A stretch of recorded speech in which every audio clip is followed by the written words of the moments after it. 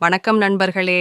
இன்றைய வீடியோல நாம கலைஞர் மகளிர் உரிமை தொகை திட்டம்ல நிறைய பேர் கன்ஃபியூஸ் ஆகிற எலிஜிபிலிட்டி ரிஜெக்ஷன் மற்றும் சில முக்கியமான விஷயங்களை தெளிவு பார்க்க போறோம். இதுல முக்கியமான விஷயம் என்னன்னா, இந்த திட்டம் தமிழ்நாடு அரசால கொண்டு வரப்பட்ட ஒரு முக்கியமான திட்டம். மாதம் ரூபாய் 1000 குடும்பத் தலைவி பெண்களுக்கு நேரடியாக செலுத்தப்படுது. இந்த தொகை குடும்ப செலவுக்கு ஒரு பெரிய சப்போர்ட் தான். இப்ப எலிஜிபிலிட்டி பத்தி விபரமா பார்ப்போம். குடும்பத் தலைவி 21 வயசுக்கு மேல இருக்கணும். ரேஷன் கார்டில் உங்க பேர் ஹெடா இருந்தாதான் உங்களுக்கு இந்த உதவி கிடைக்கும்.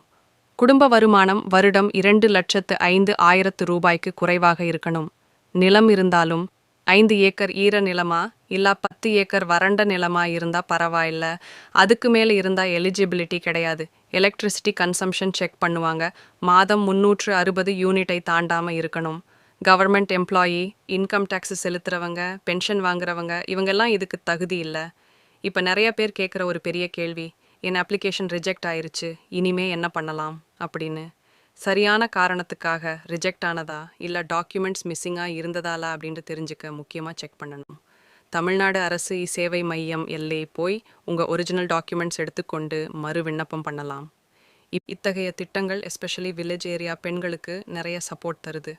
அதனால் எலிஜிபிலிட்டியை ஒன்ஸ் அகேன் டபுள் செக் பண்ணிக்கோங்க.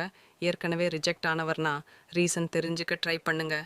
இந்த மாதிரி இன்ஃபர்மேட்டிவ் வீடியோக்காக சப்ஸ்கிரைப் பண்ணிடுங்க. யூஸ்ஃபுல்லானா இந்த தகவலை மற்றவர்களுக்கும் ஷேர் பண்ணுங்கள்.